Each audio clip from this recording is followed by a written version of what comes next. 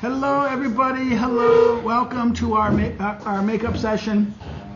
It's the 12th. We finish up the second part, the second session of the tool of politics. And knowing that it has always been a problem getting the path to education within the first thing. Hence why I start my next slide on, we start with education a little bit. I got a little ahead, I got to the elite universities. I need to talk about culture, because culture and education are two things. Culture is an important aspect of,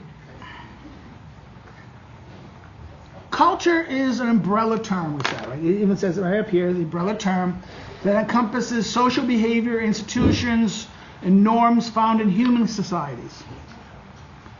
It is also an aspect of knowledge, belief.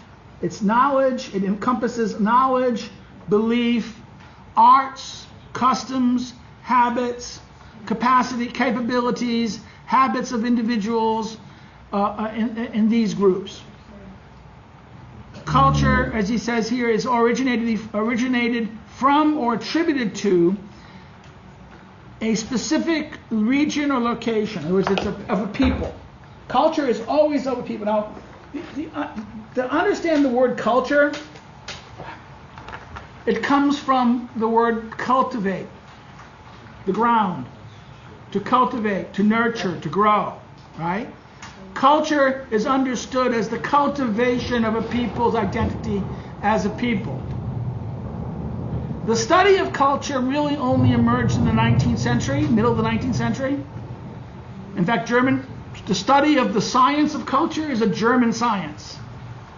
Starting from people, the idea of culture and what we understand today of culture, these usually come from two sources. Either the 18th century originated conceptions of what we call historical sociology, not historical sociology, but more like study journals, travel journals, this kind of sociology, geography, anthropology, social anthropology of the French French travel journals and the natural scientists, like Buffon. Buffon is the original conception was understood as organic structures. It was only with the Romantic reaction against the Enlightenment in Germany, with the rise of through Kant and the students of Kant, Fichte and Herder, and particularly Fichte and Herder are the people who will define the notion of culture more than anyone else. So in the philosophy of knowledge, Herder's Wissenschaftlichkeit, the idea of this theory of knowledge, the theory of understanding, is his source of culture. Culture is cultivating. It's about education. It's about myth making, myth structure, identity. And this is, by the way, it's also Fichte is important because Fichte in his letter to the German nation, okay, will play a very important role in defining the concepts of what nationhood is. And he understands that not only in terms of the German Volk, and if I can use the term Volk, the allgemeine Deutschland Volk, the overall German people, Volk, understood this idea of the cultivation, not only in terms of blood, this of biological in a organic sense, but also cultural sense of language, identity, and religion. So culture, therefore, understood in these terms. Therefore, culture is what creates and sustains the habits that centrally condition human behavior and shapes man's attitudes to the law and to the society. We would think, this is where I would agree with my postmodern friends that culture is important. You know, it's some people, Gramsci argued that really the best way to capture a society is to capture its culture. If you want to change society, capturing the economic system is not that effective. Capture the culture, and the society will follow. In fact, that's the very success of the political left, has been the left's capture of the social, the instruments of social, the instrument of creation of culture, in the arts, the entertainment industries, these. Ironically, the extreme right and the extreme left seem to have understood the importance of control of identity and cultural production as shaping people's consciousness towards life. In other words, the liberal position, that the liberal stance was, well, the stance of liberals, the old traditional view was kind of a fusionism of political control of culture. The crown and the city would control, there'd be state control of religion, the king was religion, the religion of the king is the religion of the people, the king is the head of the church or the religious order, that the church and the state are mutually enforcing, the culture, that the king is the champion of the arts, the political class, therefore, the political class and the patrons of the royal classes are the patrons of the arts. The arts serves the purpose of the political order. That's the traditional conception of this. What has art done? Art was done to glorify and to magnify and to make things beautiful. Sometimes to criticize certain views, but also tended to ennoble, enlighten, and also glorify. Who? The leaders, rulers, political groups, the system, the divine order, religion, God. In other words, you glorify Christ, you glorify God, you glorify the beauty, you glorify nature. This is reinforcing the systems of control. Now, this is the same position that my colleagues will teach about the nature of culture as the instrument of power. It is. Culture is an instrument of control and power. Why? It's an instrument of shaping our beliefs. It is what? Culture is nothing more than the culmination of our systems of belief. And beliefs come from two mechanisms, two directions. Either from above are the rulers, from the powers and rulers that be, imposing from above, or culture comes out of below. And this was the classic distinction between high culture and low culture. High culture was usually the culture of the elites and the ruling establishing orders, giving the imposition of status and the idea of what is the beautiful and truly good and magnified. And low was what the people themselves, the common people, got pleasure from, right? This is the distinction between high culture and low culture. Did you sign the attendance sheet earlier? So you had this is the distinction in this culture sense. So therefore, we have to have a very understanding here. Culture is often originated or attributed from a specific region, therefore a specific people, specific location. Therefore, we have to also understand this is the nature of this. That is there a global culture? Probably not. Until there is a truly global people who have a shared sense of identity. In other words, until you have a true society that shares the same beliefs, share the same values, shares the same origin stories, the myths. In other words, you have to have all these things in common. Your language, your culture, your myths, your symbols, your conceptions of identity have to be shared enough that you could have a common community. So therefore, culture is essential to the conception of a social entity, because it becomes the mechanism of its identity. So what is it doing here? Culture is what creates and sustains the habits that centrally condition human behaviors and shapes man's, repeating myself, but it's important, man's attitudes towards the political, the community, the laws. This can be celebrated, a celebration of civic bodies, i.e. nations, in the sense of national identity. In other words, Culture can be emphasizing, and this is public culture. In other words, emphasizing national identity, national structures of this. Celebrating what holds you together and bonds you as a body, a community. Allows for the transfer of such values and beliefs to newcomers or to children of citizens. So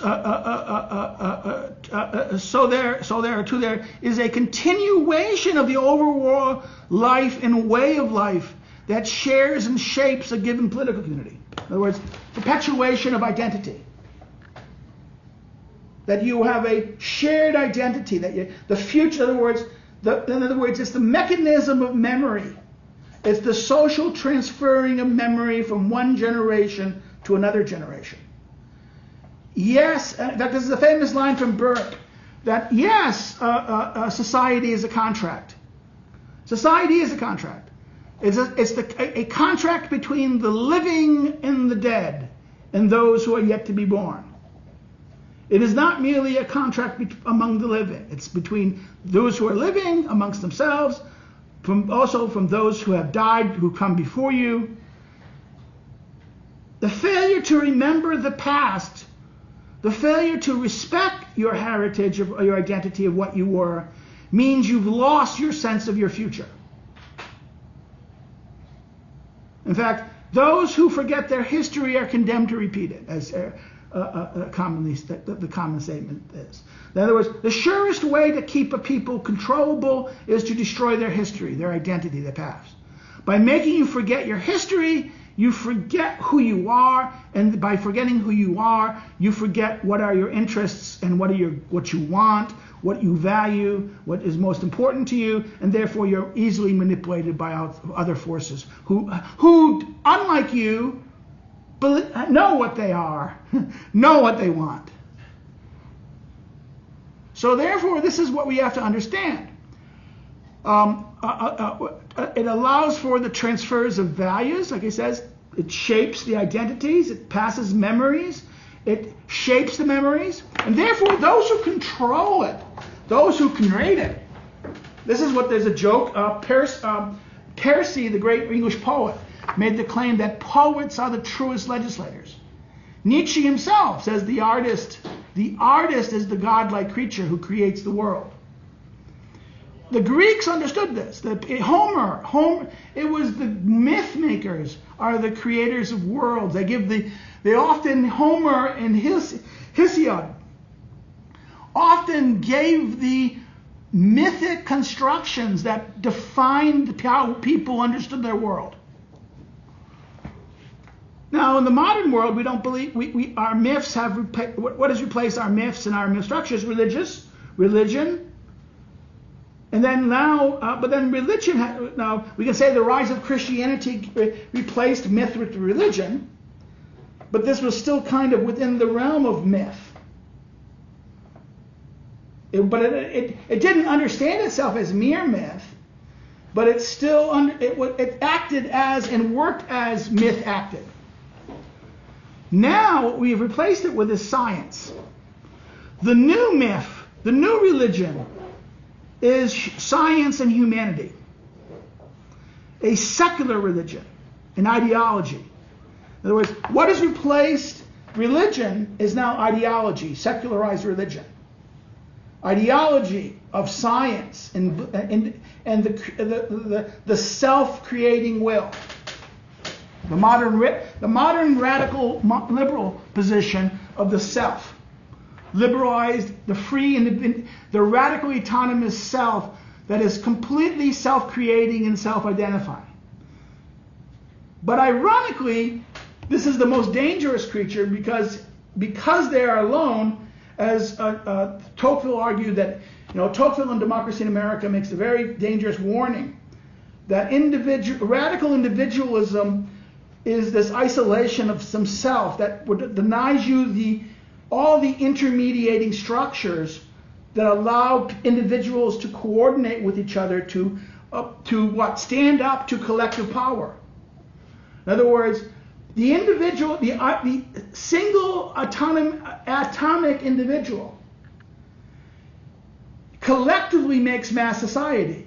But the problem is that mass society, the state, the mass society and the state, which are products of the same thing, they're the same structures. They're aggregate structures of the collective entity.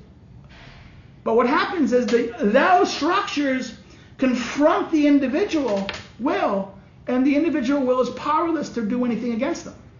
And this leaves the individuals, this led to what Durkheim called atomy, which is what? Isolation, sense of withdrawal, sense of powerlessness, and unable to interact. So therefore, this is the downside of this modern mass society, modern world.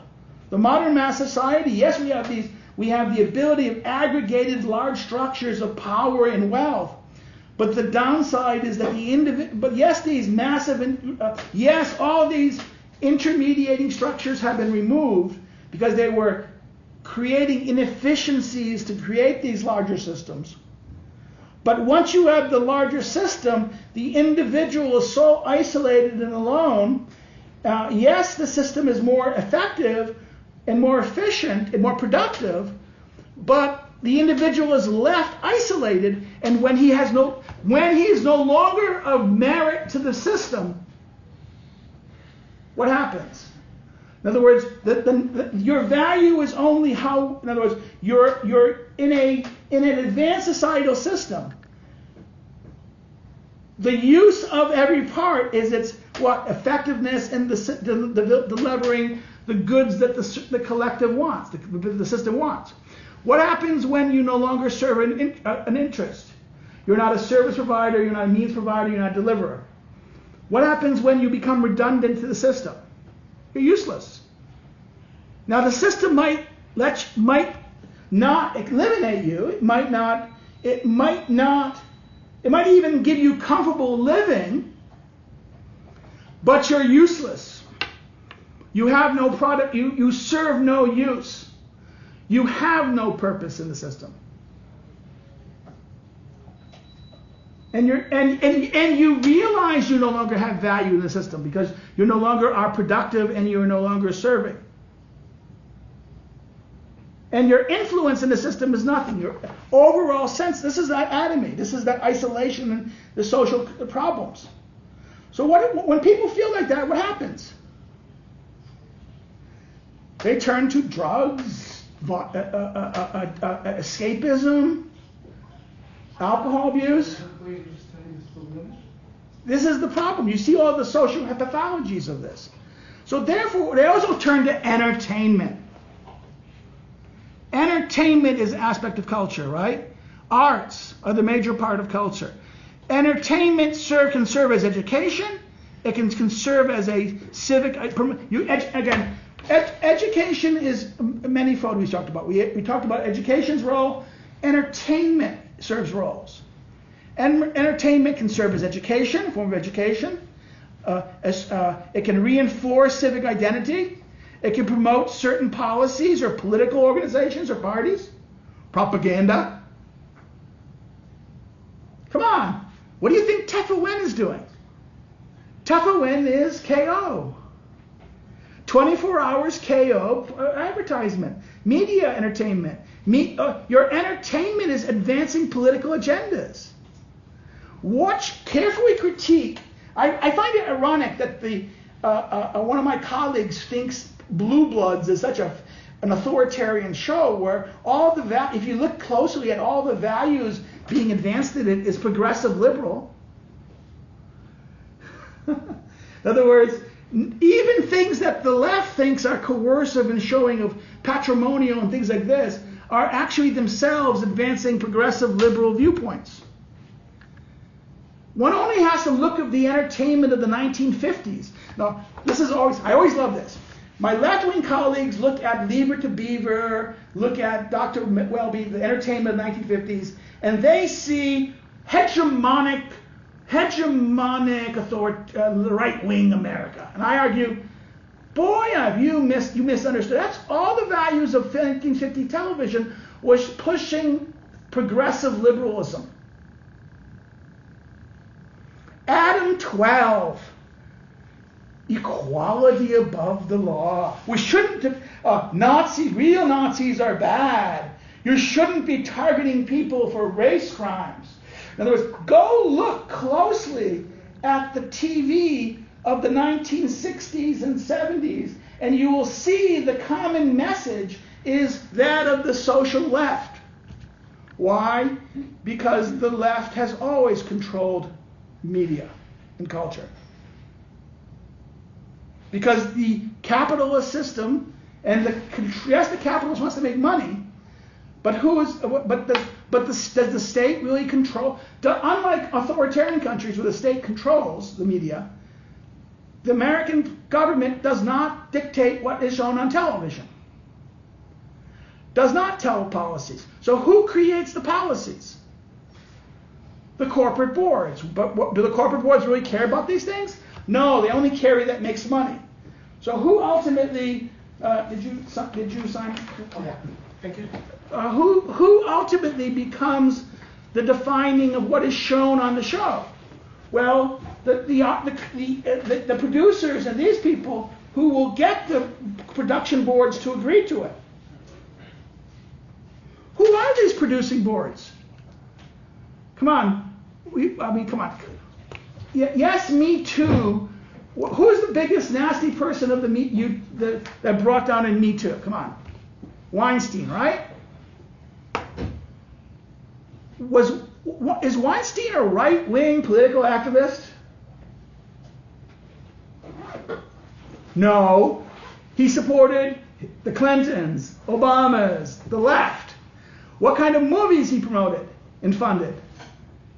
Movies that championed social liberalism, progressivism. He might have slept with them and forced them to have sex with them, but that was Hollywood, come on.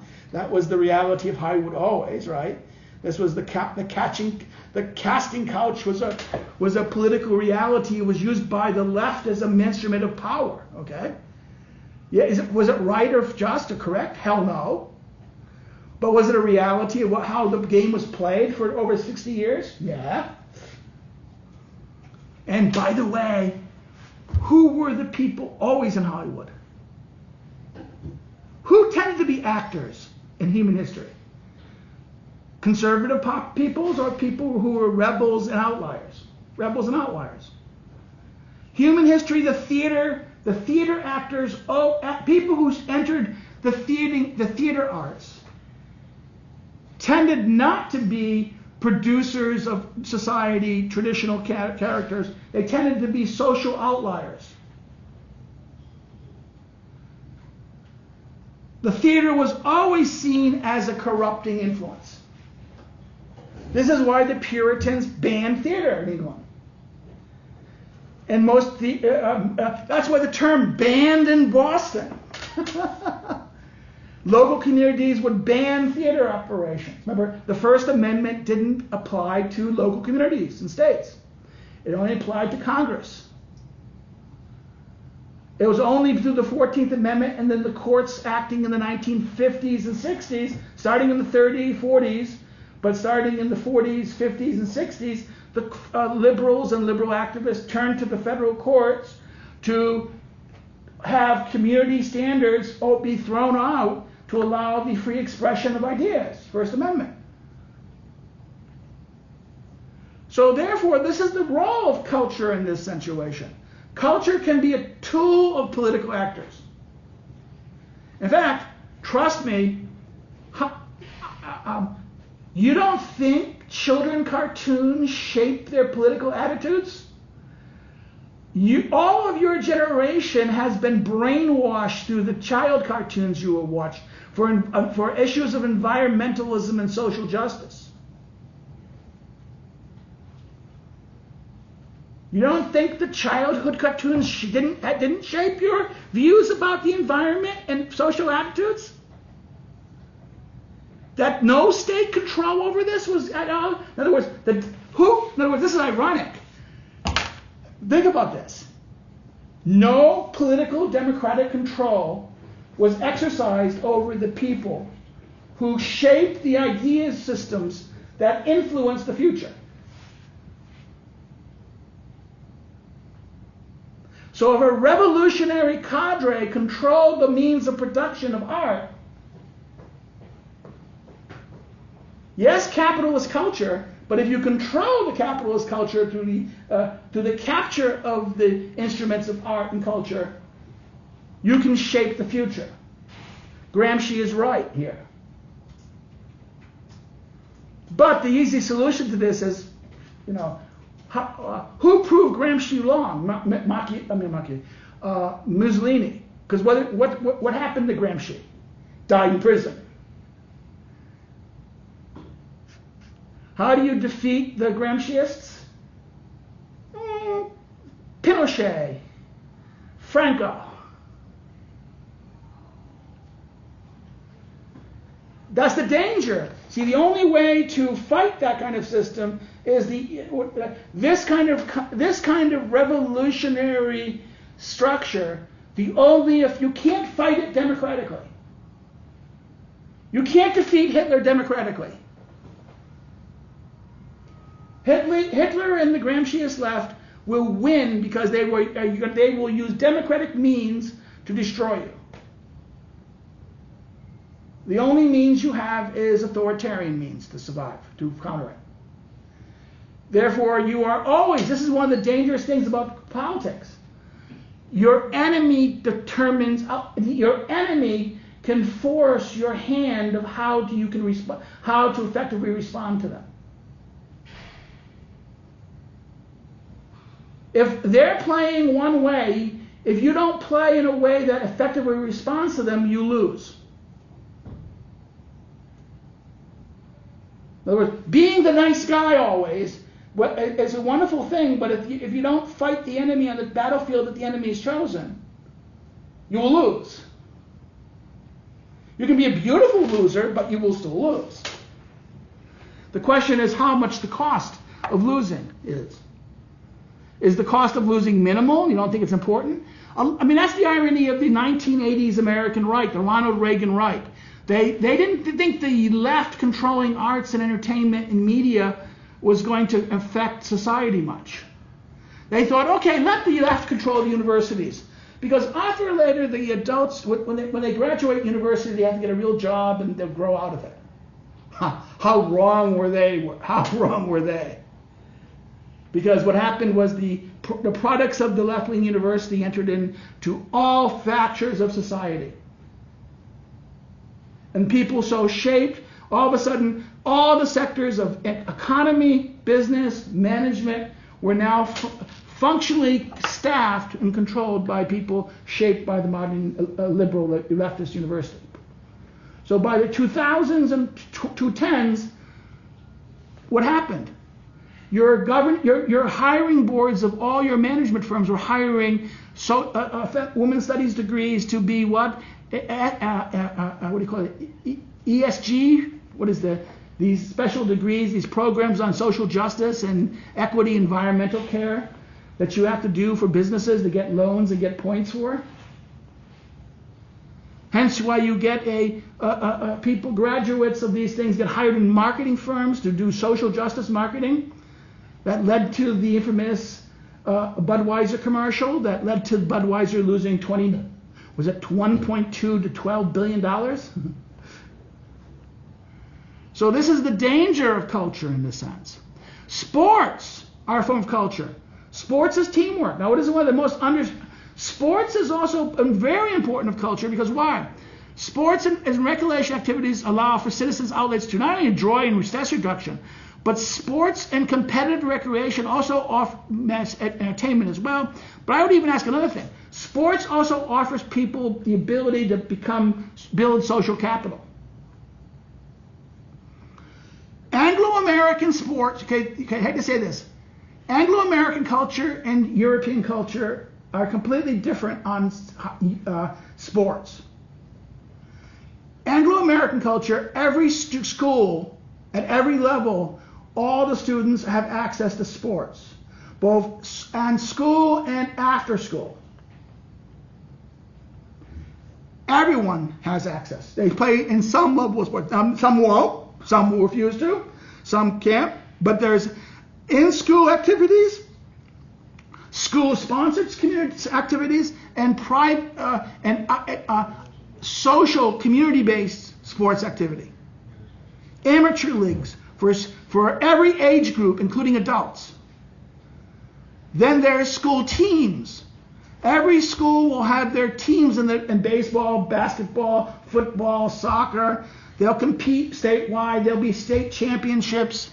Then there's regional championships. Then colleges have it.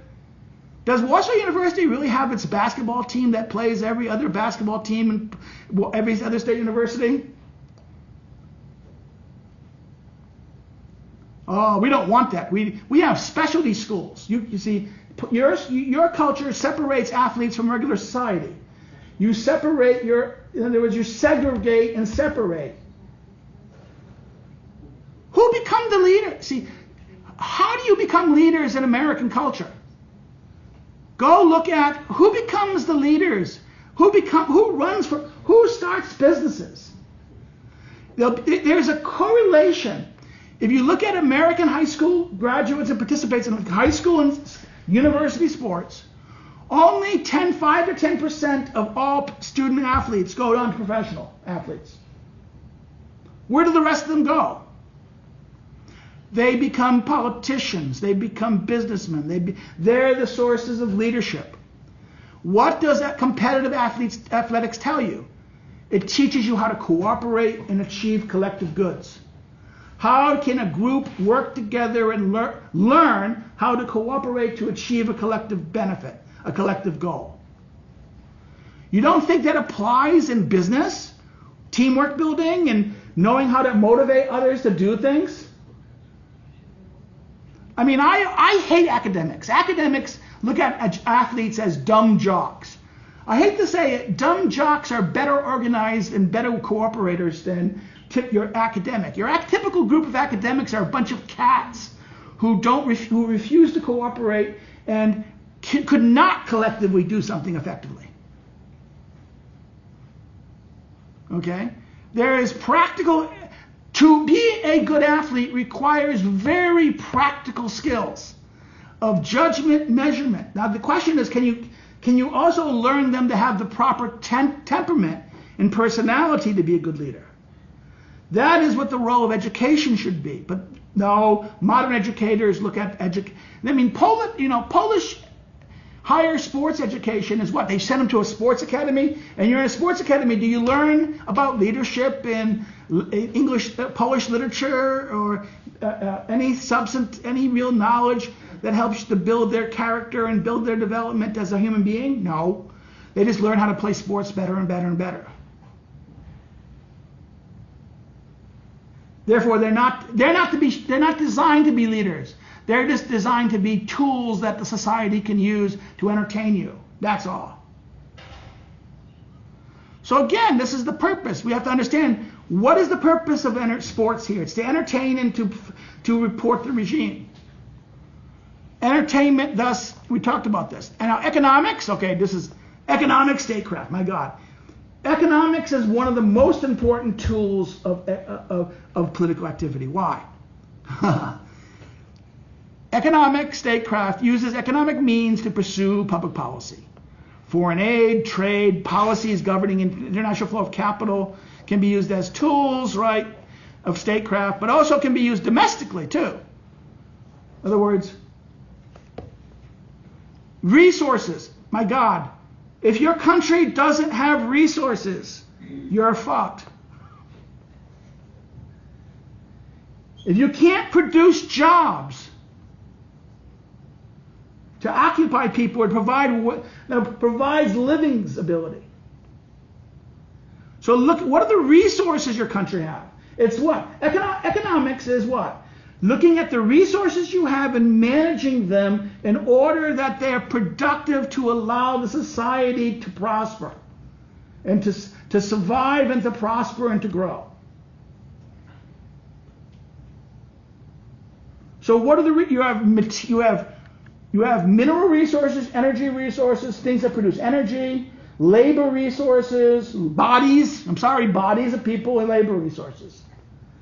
And the bodies can be skilled, intelligence. Poland has a very hate to say it, no, even though I make fun of Polish education, because it doesn't necessarily make, it's kind of a joke. It's become a joke after that 20 years to some degree. It's not as good as it used to be. But you have a very educated society with the people with lots of degrees. Is that a good workforce? If I'm coming here for a workforce person, I want laborers. Germany loves you guys. You're cheap labor.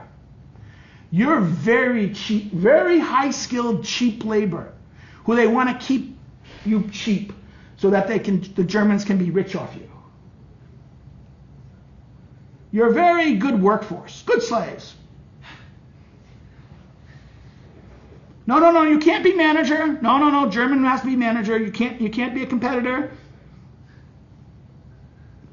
You can be cheap labor. But what happens to German businesses in the European market system? They get immediately bought out or sold out to German industries. Or at least under KO. Under the SLD, same thing. Industry development is important. Why? If you don't have the means of producing your industry to industrial jobs, you will be dependent on others. And you have a trade imbalance. Economy is important. Why?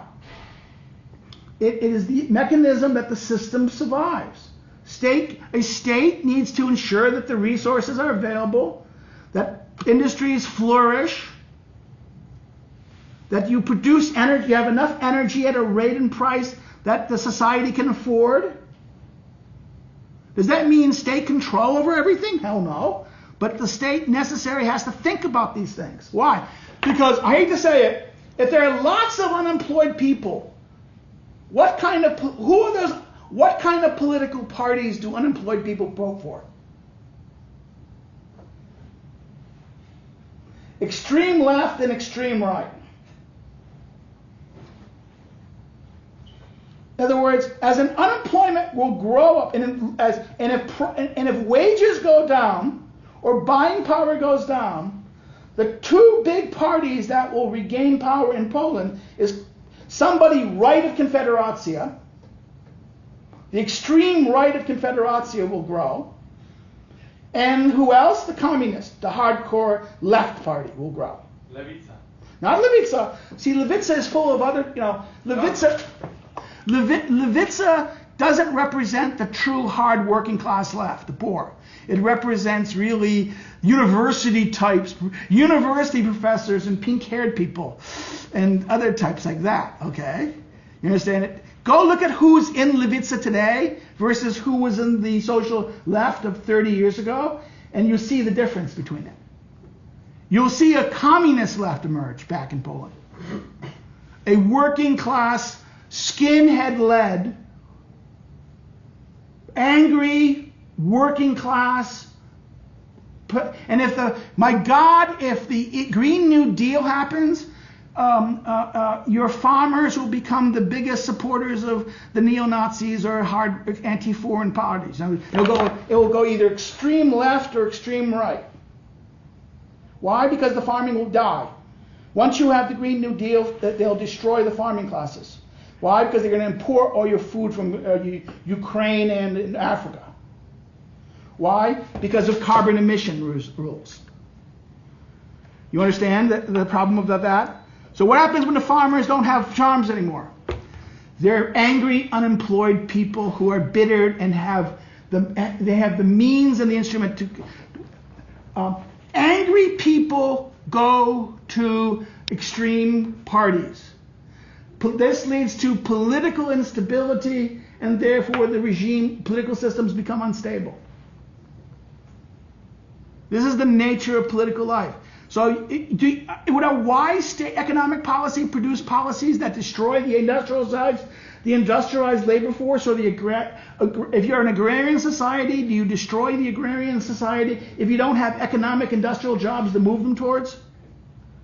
And by the way, are any green jobs going to be created in Poland? Who produces all the frigging windmills? Do you know?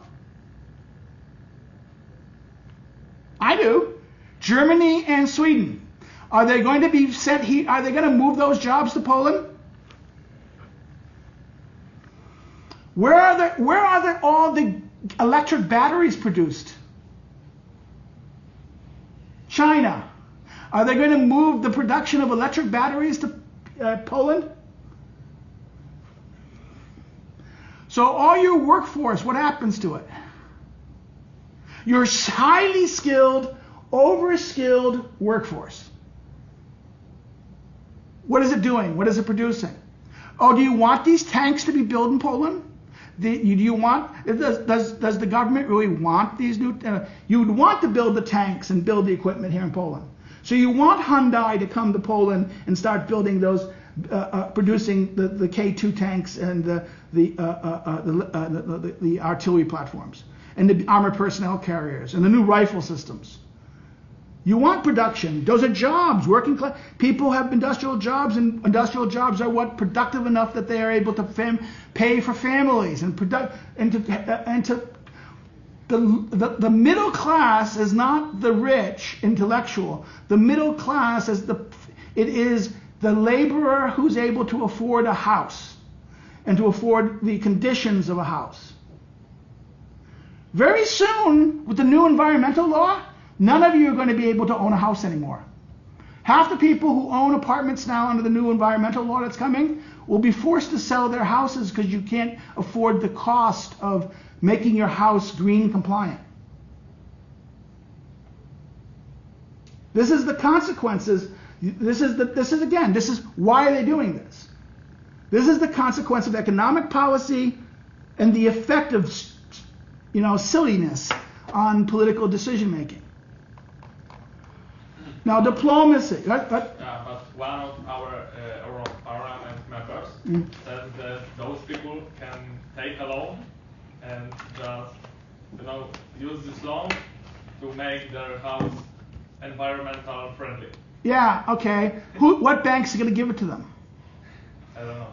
Banks at what % interest rates? So they have to become a slave to a bank.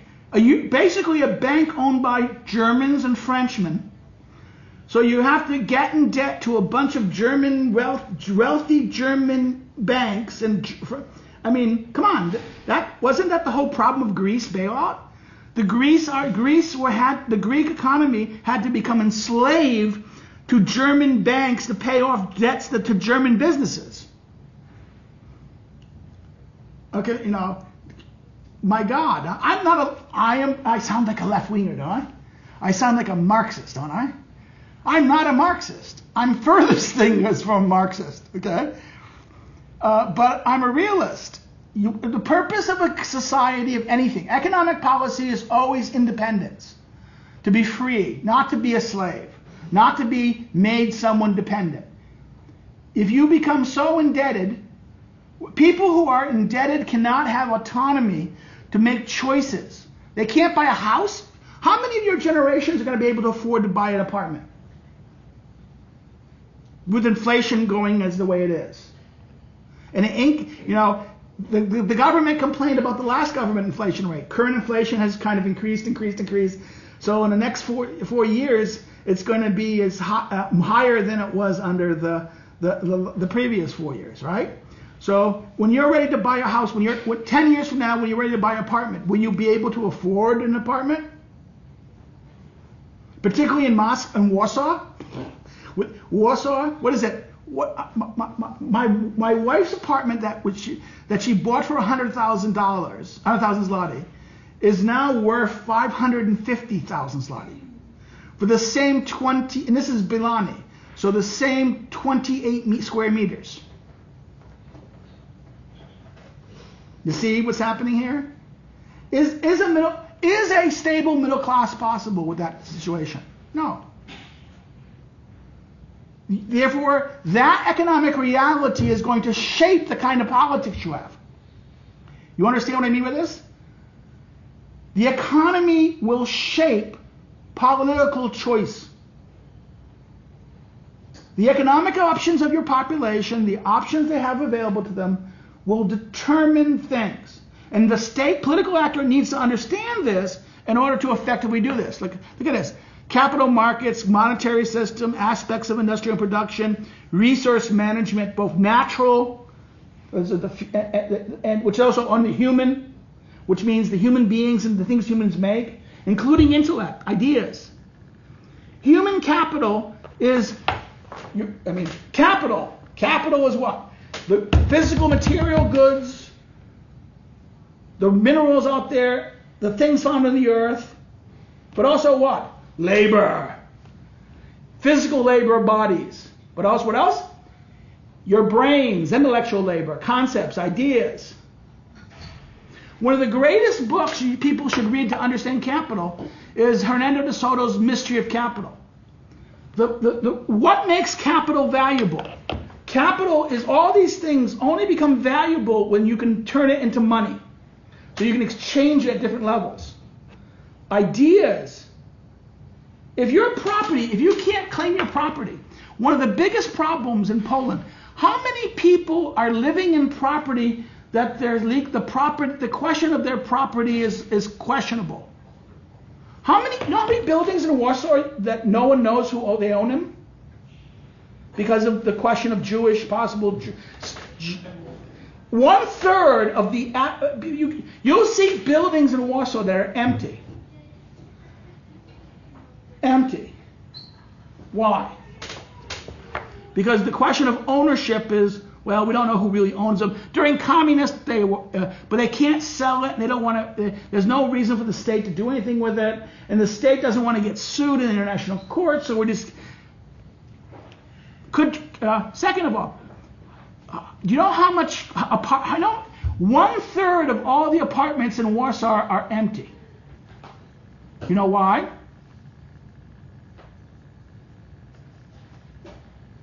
They're owned by foreign investors in third world, basically rich people in Western Europe or third world countries, investment firms who are speculating on the value of the property.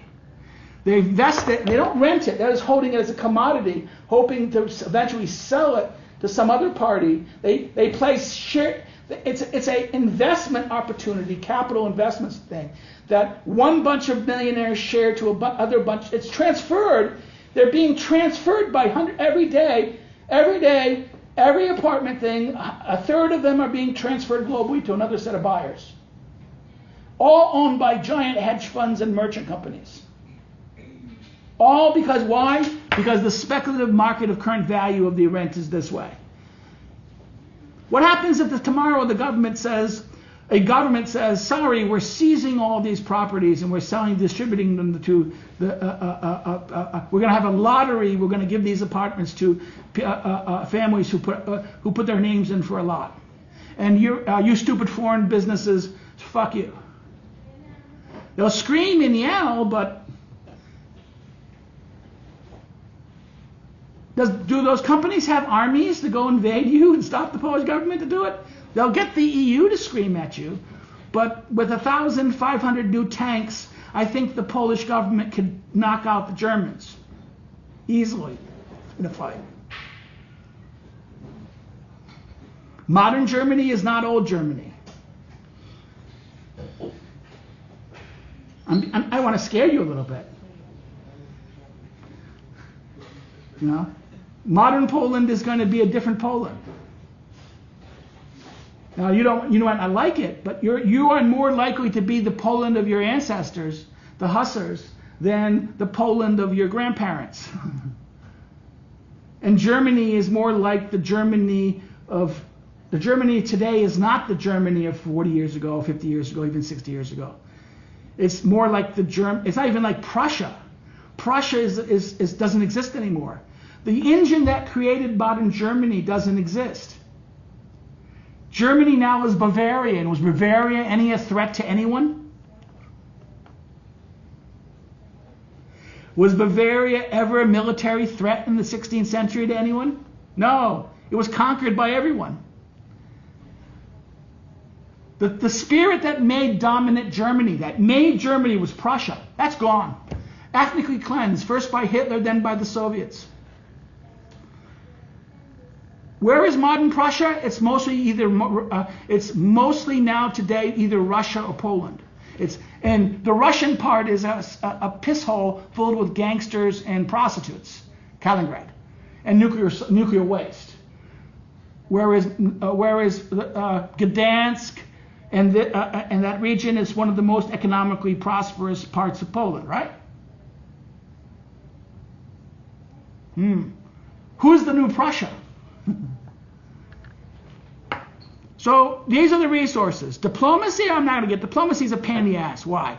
Diplomacy just means what? People think diplomacy means soft power. No, it doesn't. Diplomacy is the ability to negotiate with people, to get along with them, right? It's the profession, activity, or skills of managing state relationships, typically a country's representation abroad. It's the art of dealing with people. Diplomacy is the art of dealing with people in a sensitive and usually they say in a sensitive and tactful way, right? Be tactful. What does tactful means?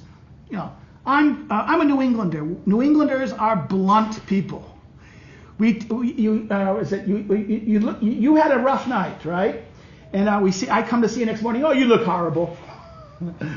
We'll call a spade, is the saying.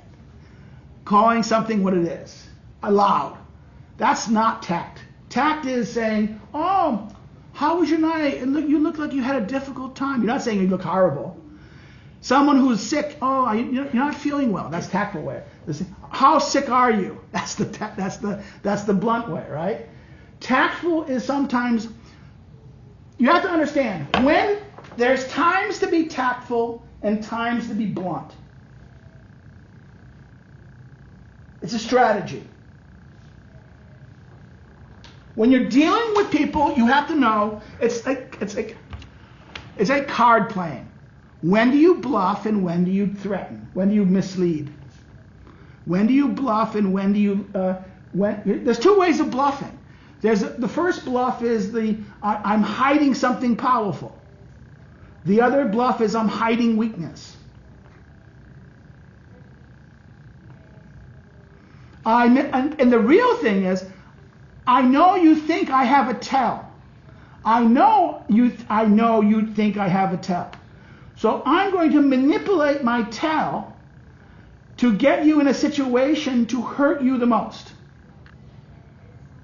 That's diplomacy as well. Strategic diplomacy. Diplomacy is the ability to act and collect with others. Diplomacy verbally communicates realities that move nations. It is not to be confused with any particular message diplomats may carry with them or their effects. It's the collective idea diplomacy is. Not a specific, in other words, it's not a specific message or a set of actions or policies, but it's merely the collective actions of policies and messages of a actor to convince this on behalf of a state, and maybe even there's diplomacy on the individual agent level, but there's also diplomacy at the national level.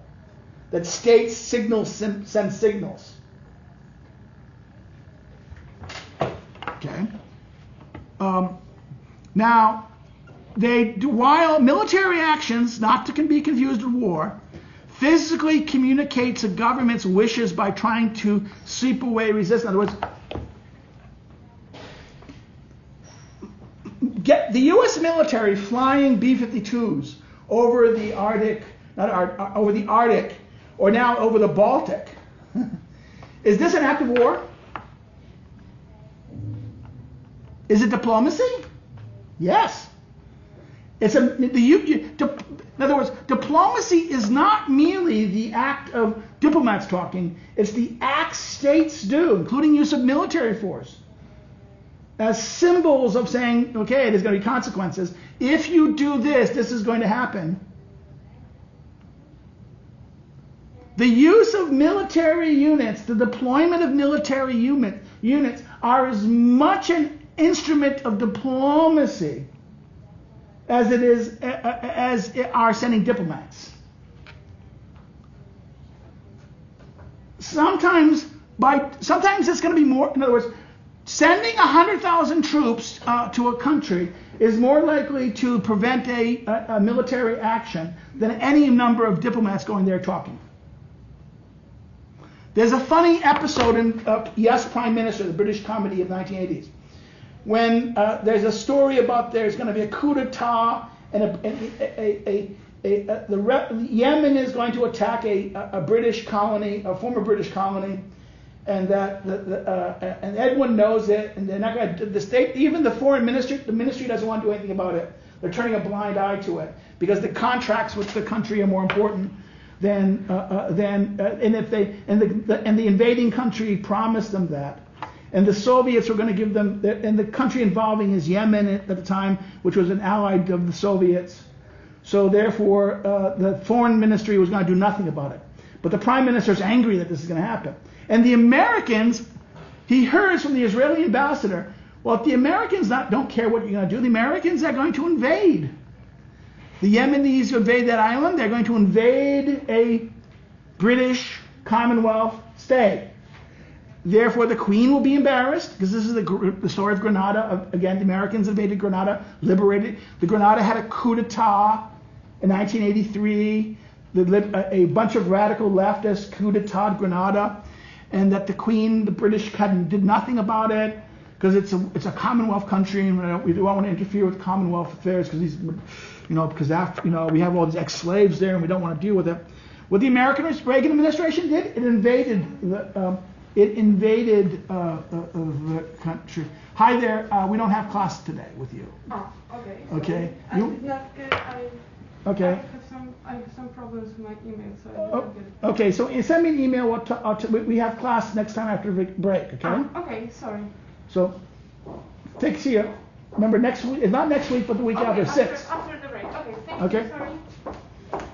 She's one of my BA students. She's been sick for 3 weeks, and that's why she's wearing a mask. And that she didn't get the message that they didn't have class today. And she's kind of late. Notice this? She's an hour late. She typically is an hour late. So I apologize for my last-minute comment and the interruption. So this idea is that diplomacy is not only just diplomats. It's also symbolic actions and actions. Military units, things like this, can be done this way. So therefore, diplomacy, whereas diplomacy represents the realities, military operations create those realities. Okay? Diplomacy kind of represents our interests in these realities to address them, but the military, use of the military gives physical responses which signal things. Diplomacy is often popularly thought as a peaceful alternative to violence. This is what a lot is important. It's often thought as the peaceful thing, a response to alternative violence. But in fact, diplomacy serves to prepare as often as to avoid war. In other words, in order to use violence, sometimes you have to get cooperation to use violence. Diplomacy can lead to, you need cooperation. What is diplomacy? It's getting other states to agree with you, to cooperate, to do it. In fact, one of the great skills General Eisenhower had as Supreme Commander of Europe was what? Getting the English, Americans, Canadians, French, and everyone else working together to fight the war militarily, the militaries. Did these militaries cooperate with each other? Hell no. They had different traditions, different egos. My God, some of the biggest fights Eisenhower had was the egos of different military generals of different countries. Even generals within his own army. Generals are often the biggest egos in the world. They wanted to be command of a command area. You had very competent generals, but then you had sometimes very incompetent generals. Just because you're incompetent doesn't necessarily mean you're going to not have a small ego. Usually there's a joke. Often the most incompetent generals have the biggest egos. And what happens? Well, one of the biggest disasters of World War II was when the head, General Lee, the head of supply, decided to move his headquarters from Normandy to Paris. Because there was a rule, no one's supposed to make their headquarters in Paris. But he decided to move the whole supply command headquarters from Normandy to Paris. Guess what this required? Almost every truck in other words, 80% of the trucks that were used to being supplying gas and equipment to units in the field north are now being used to move the headquarters and the supply depots from Normandy to Paris. This is why in August of 44, Patton and Market Garden had a crisis. They couldn't allow Patton to go. They either had to go Market Garden or Patton. Market Garden was Montgomery's idea. Disaster. Why? One single road. Moving your whole military option on one single road. Only a British general could come up with this wonderful idea. Okay?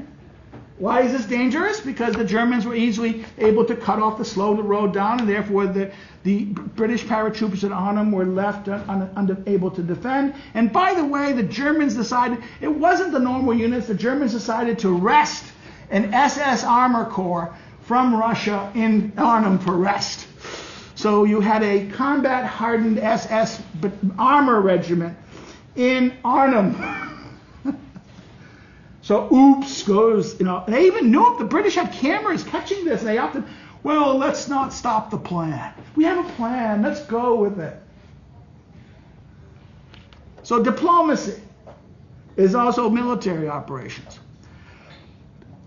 It is an important part of waging war. It often makes a difference between who wins and always codifies the results of the war. In other words, the fact that Eisenhower so effectively cooperated with the Allied cooperation so effectively not only to help him win the war, but it helped create the post-war environment by which shaped the European trajectory.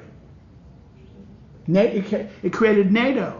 It eventually helped create the European Council, and then created the EEC, right? First the Iron and Coal Pact, then the EEC, then the EU.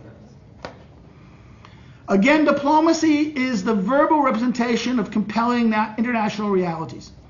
And military force is one of those realities.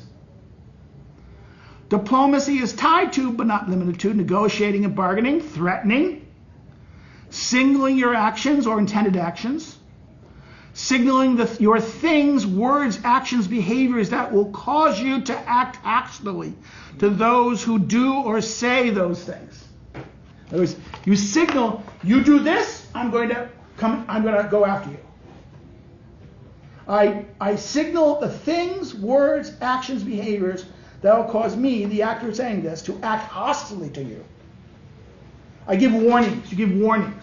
Don't you do that.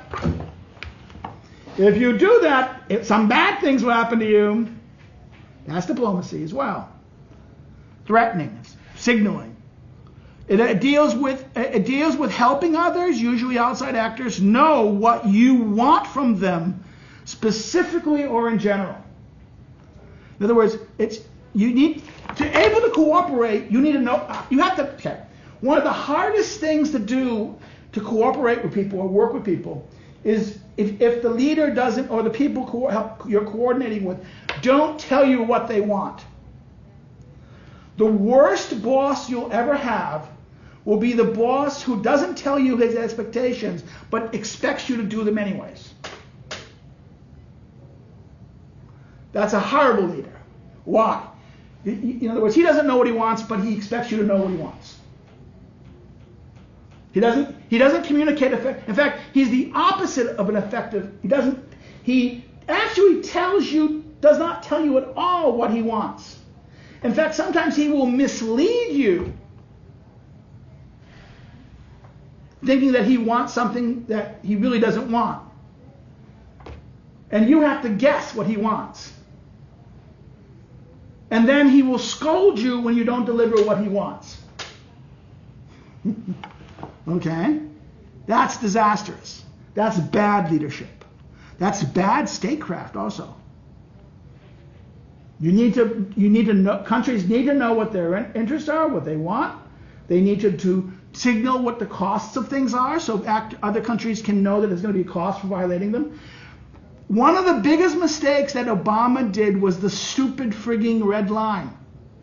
Oh, there's a red line in Serbia, Syria. If you use chemical weapons, that's a red line. Well, no. If you use, you use it 2 or 3 times. The red line kept on moving. What does that mean?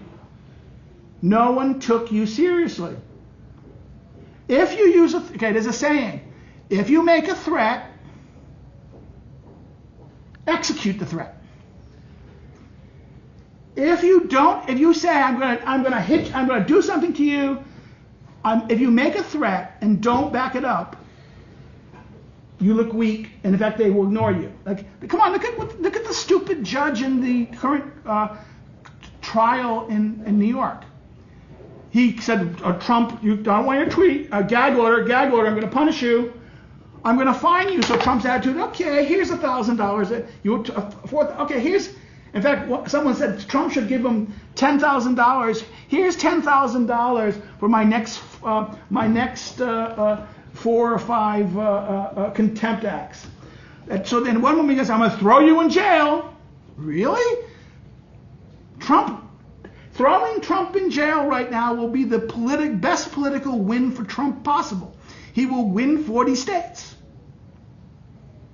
He's already in New York. He lost New York by 26% in 2020.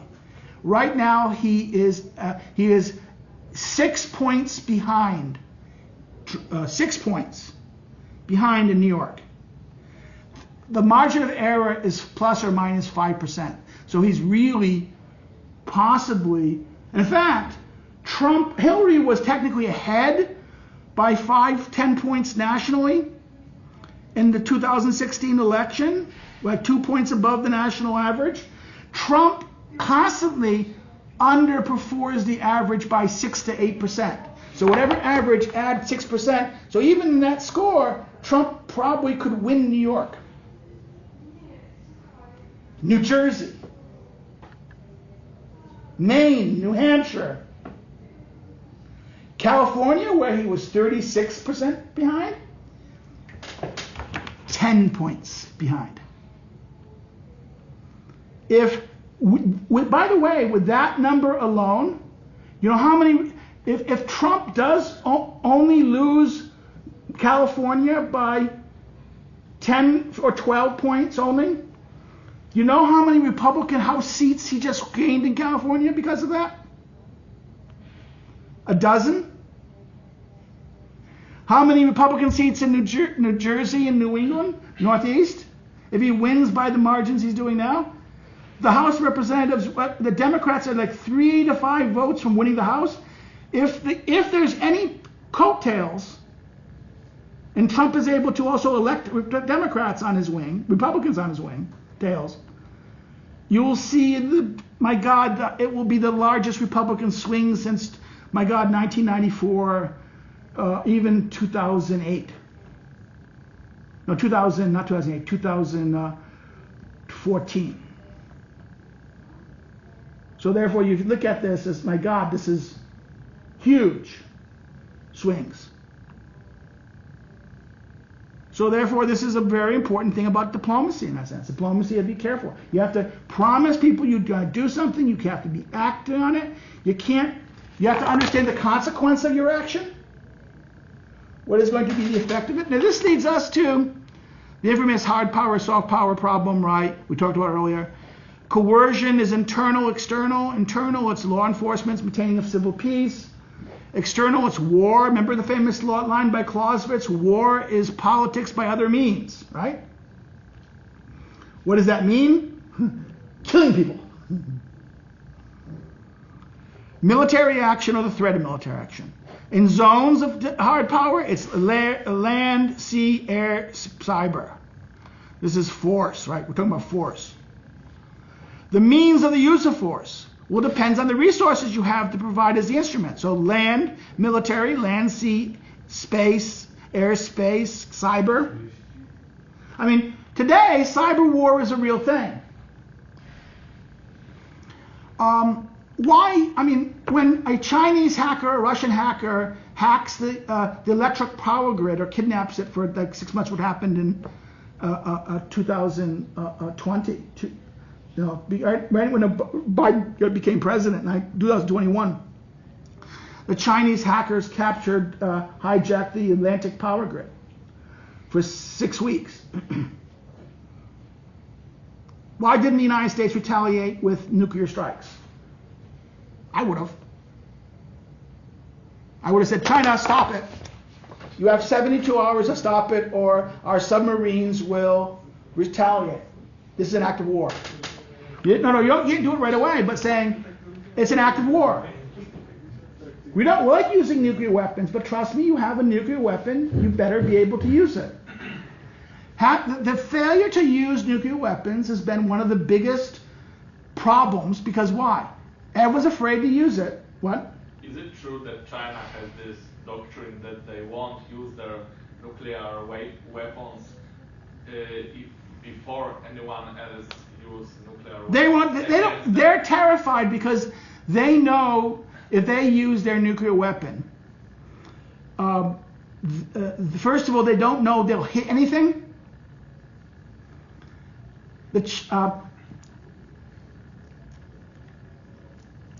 Has the Chinese been able to land on their aircraft carrier yet?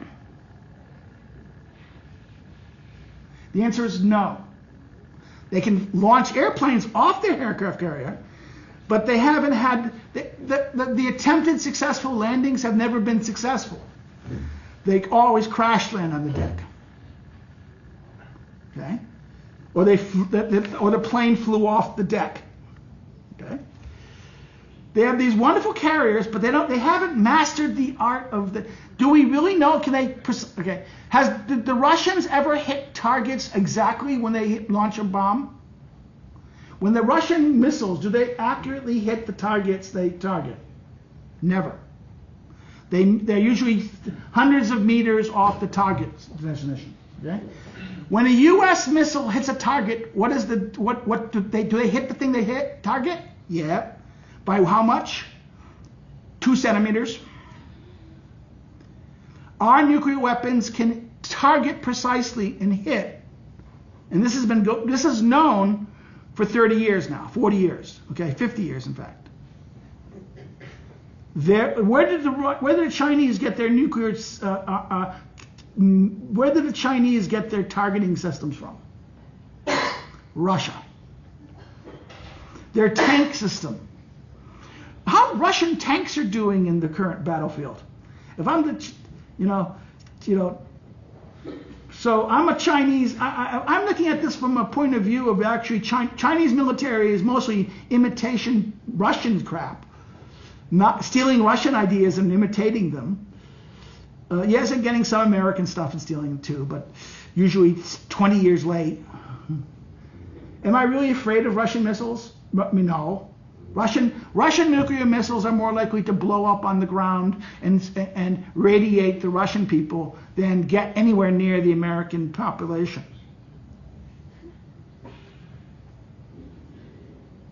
Okay? Because they have to arm their missiles on the ground. Americans arm their nuclear missiles by remote control. Just before explosion, in other words. Our nuclear missiles only get armed seconds before they're about to explode. Russians do it in old-fashioned way. What? Russians do it in old-fashioned way. Russian arm it before launching it. They have to have a person go there and arm it, and then they launch their missile. Okay. So therefore, if you're armed, the weapons are armed. What happens when an armed bomb crashes on an airplane?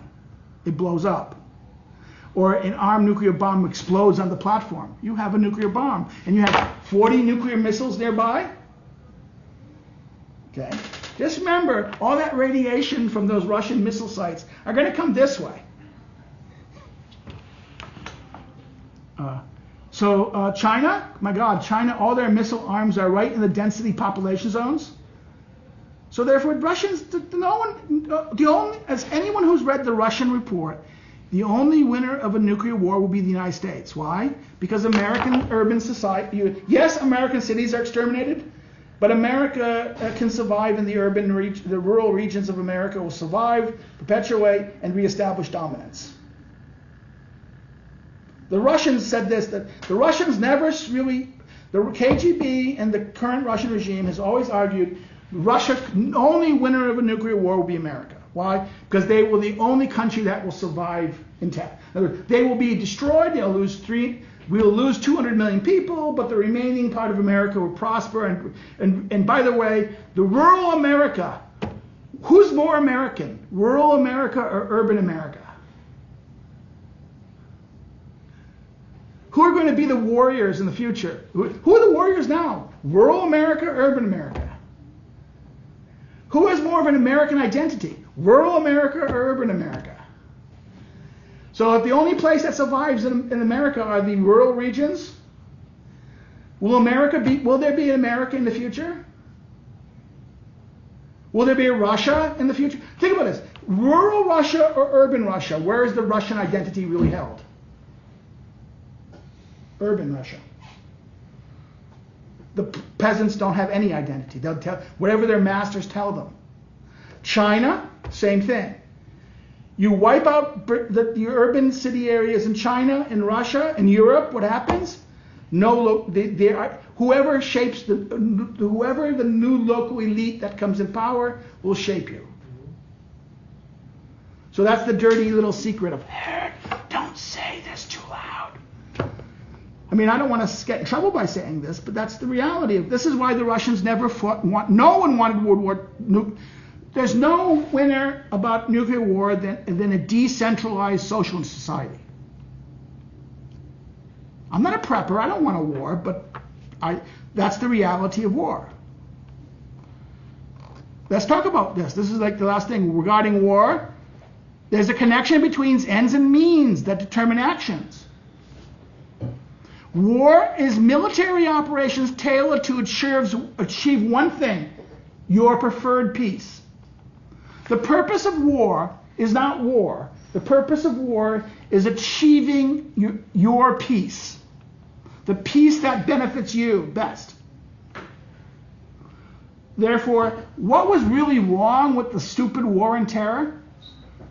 We had no definition of victory. No definition of peace. I really hated the Bush. Bush years were stupid. We waged war on terror. No, I preferred nuking Afghanistan. Would have saved a lot. No.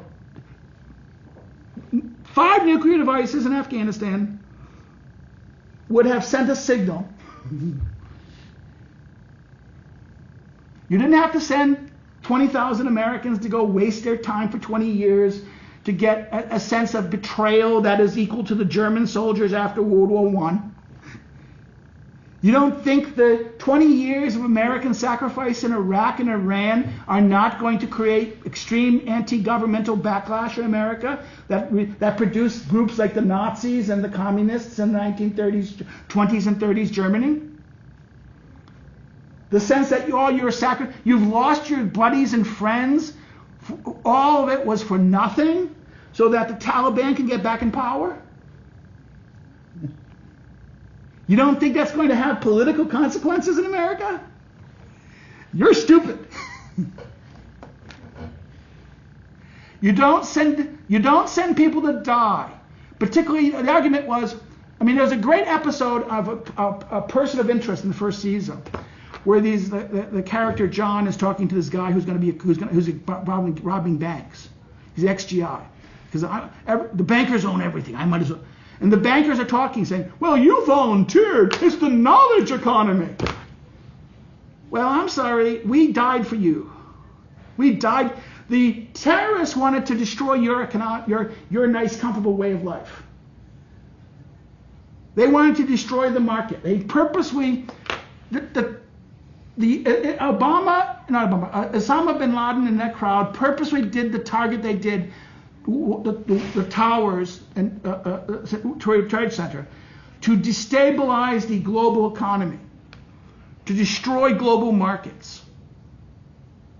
It's the same thing the damn communists did in 1987, trying to drive the great. No, the Soviets. The last attempt of the Soviet KGB was to dump $250 million of bonds and lead to the collapse of the stock market in '87. Thank God the Federal Exchange had the power to stop it and therefore prevent the collapse of the system. Okay? The attempt of the terrorists was creating global collapse of the system.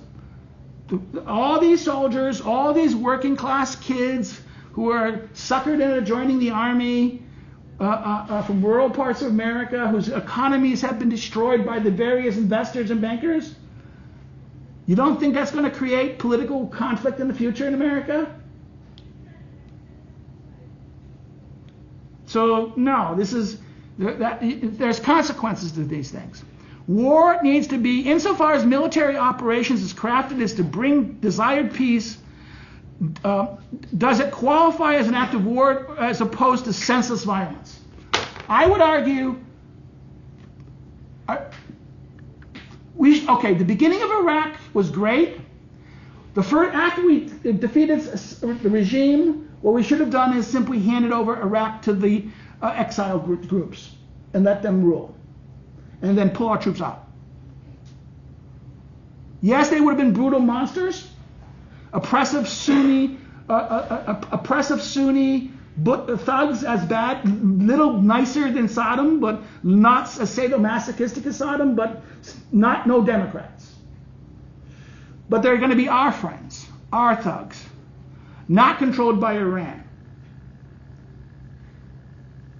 That was the plan. What happened was Colin Powell said, well, we broke it, we got to fix it, we got to bring democracy here. And what happened? Occupation and American politics 101. Fucker-uppery. American domestic social policy had to all of a sudden becomes how do we deal with a poor Iraqi development? We got to have more women. We got to have gay education in school. Why? Because that's American domestic politics. So we got to impose American political values on these people.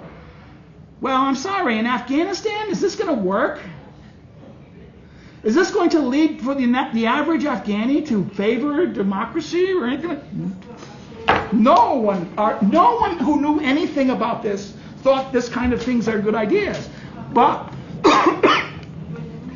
can you get away domestically not doing that? No.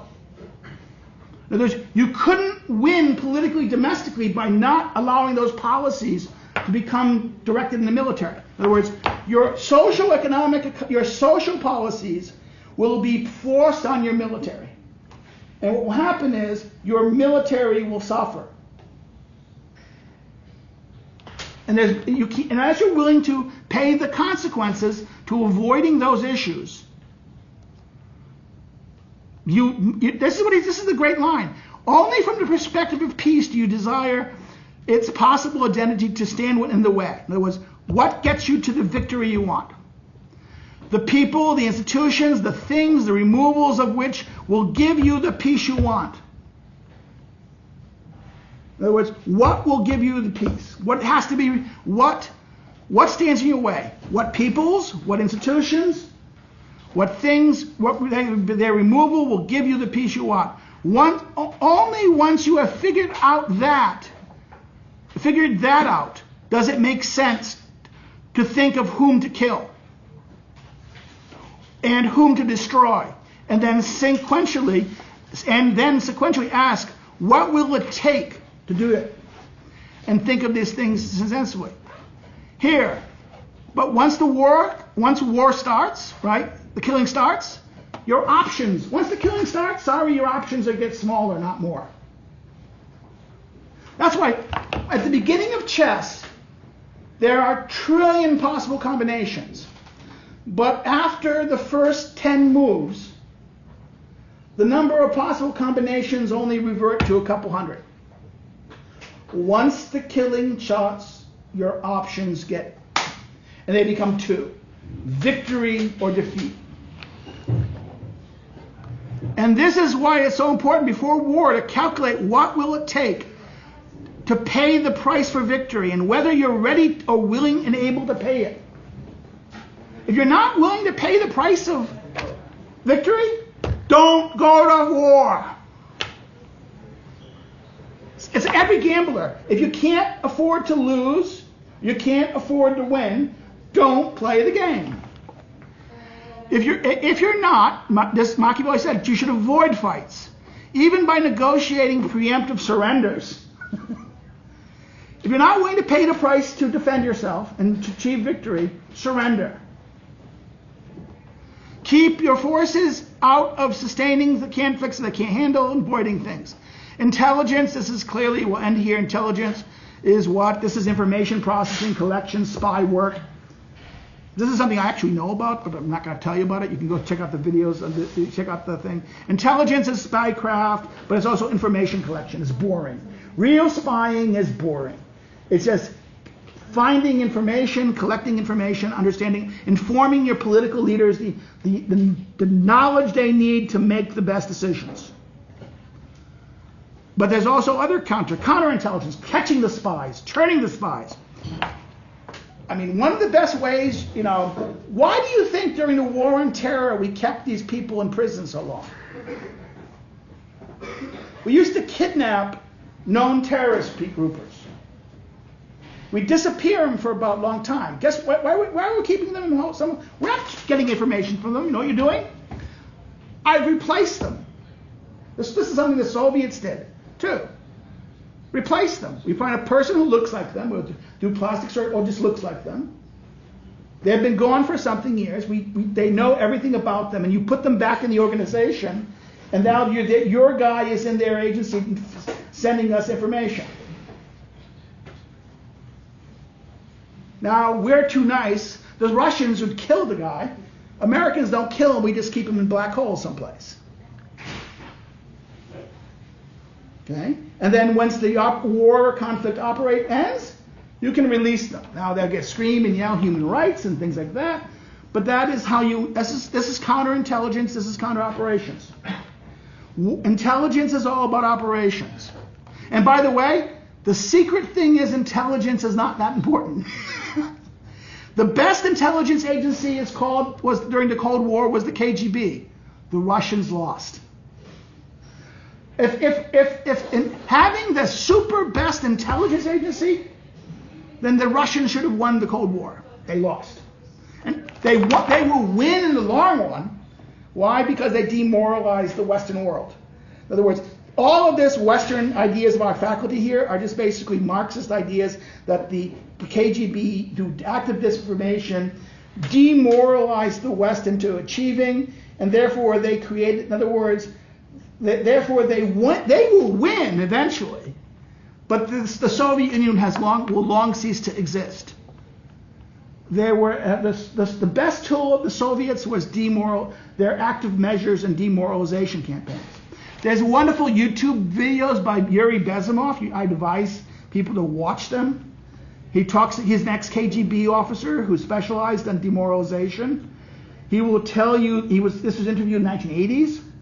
He will tell you the structure of how the Russian style of intelligence of demoralization works and why it was so effective.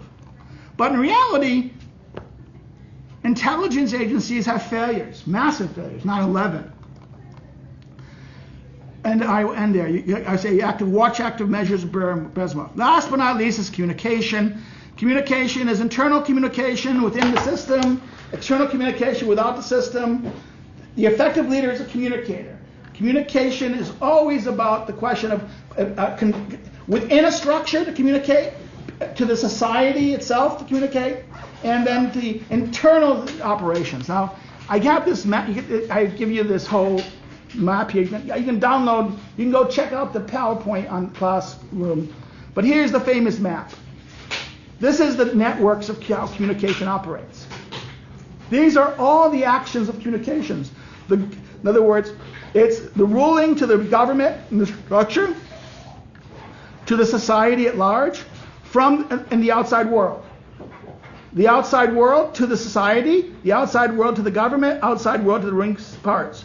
There's the system or the government structure to the ruling sends messages here, communicate messages to society.